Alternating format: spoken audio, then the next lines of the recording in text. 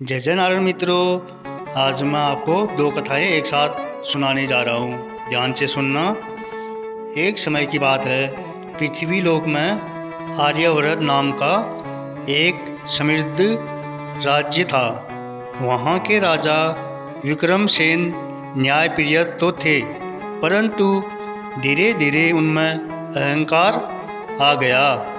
मित्रों, उन्हें लगने लगा कि उनके निर्णय ही अंतिम सत्य है और उनके ऊपर कोई शक्ति नहीं है। फिर एक दिन दरबार में एक वृद्ध ब्राह्मण न्याय की गुहार लेकर आया। उसने कहा कि एक अमीर व्यापारी ने उसकी भूमि छल से हड़प ली है। राजा ने बिना पूरी जांच किए व्यापारी के पक्ष में निर्णय दे दिया। ब्राह्मण दुखी होकर बोला, राजन, न्याय केवल शक्ति से नहीं, सत्य से होती है। यदि आपने अन्याय किया है तो आपको उसका फल अवश्य मिलेगा। उस रात राजा को एक अद्भुत स्वप्न आया।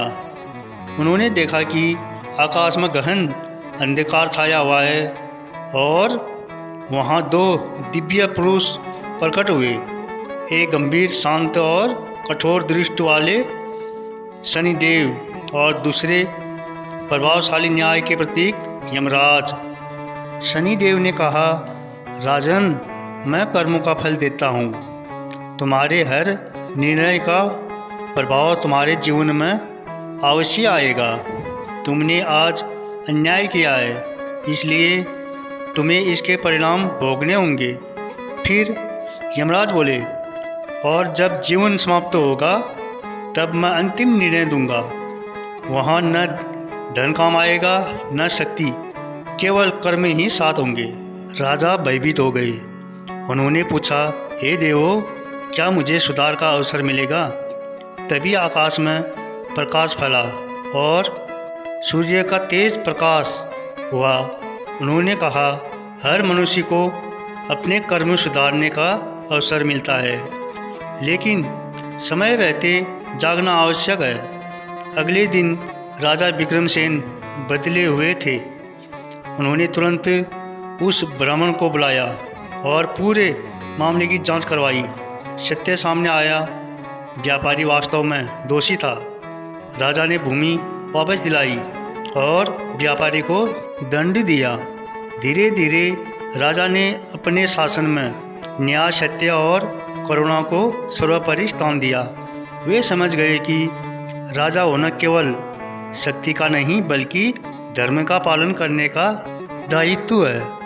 वर्षों बाद जब उनका जीवन समाप्त हुआ तो वे निर्भय होकर यमलोक पहुँचे। वहाँ यमराज ने मुस्कुराकर कहा, राजन, तुमने अपने कर्मों से स्वयं को योगी बनाया है। और शनिदेव की गंभीर दृष्टि भी संतोष से भरी थी। इस प्रकार राजा विक्रमसेन ने समझ लिया कि जीवन में हर कर्म का हिसाब होता है। शनिदेव हमें जीवन में सही मार्ग पर चलाते हैं और यमराज अंत में न्याय करते हैं। इसलिए मनुष्य को सदैव सत्य, धर्म और न्याय का पालन करना चाहिए, क्योंकि अंततः सत्य ही विजयी होता है। मित्रों, अब अगली कथा सुनाने जा रहा हूँ। ध्यान से सुनना। एक साधक ने ईश्वर की कठिन तपस्या की। ईश्वर प्रसन्न हुए और उसके सामने प्रकट होकर बोले, वत्स, मैं तुम्हें एक कार्य सौंपता हूँ। तुम्हारे कुटिया के बाहर जो यह विशाल शिला चट्टान है, तुम्हें प्रतिदिन सुबह से शाम तक इसे अपनी पूरी शक्ति से धक्का देना है। भक्त ने इसे ईश्वर की आज्ञा माना और काम में जुट गया। दिन बीते, महीने बीते और साल बीत गए। वह रोज पसीने से तरबरत होकर उस पत्थर को ढकेलता, लेकिन पत्थर अपनी जगह से 1 इंच भी नहीं हिलता था। धीरे धीरे उसके मन में संदेह होने लगा। शैतान ने उसके कान में कहा, तुम अपना समय बर्बाद कर रहे हो, पत्थर तो हिल ही नहीं रहा, तो मेहनत का क्या फ़ायदा? थक हार कर वह व्यक्ति रोने लगा और ईश्वर को पुकारा, प्रभु मैंने सालों मेहनत की लेकिन मैं विफल रहा, पत्थर वहीं का वहीं है। ईश्वर ने प्रकट होकर उसे गले लगाया और कहा, मेरे प्रिय, मैंने तुमसे कभी नहीं कहा था कि तुम्हें पत्थर को खिसकाना है, मैंने कहा था कि तुम्हें उसे धक्का देना है। अब तुम जरा आईने में खुद को देखो, तुम्हारे कंधे चौड़े हो गए हैं, तुम्हारी भुजाएं वज्र जैसी शक्तिशाली हो गई है और तुम्हारा मन इतना अनुशासित हो गया है कि तुम घंटों कठिन परिश्रम कर सकते हो, पत्थर नहीं हिला। लेकिन तुम बदल गए हो।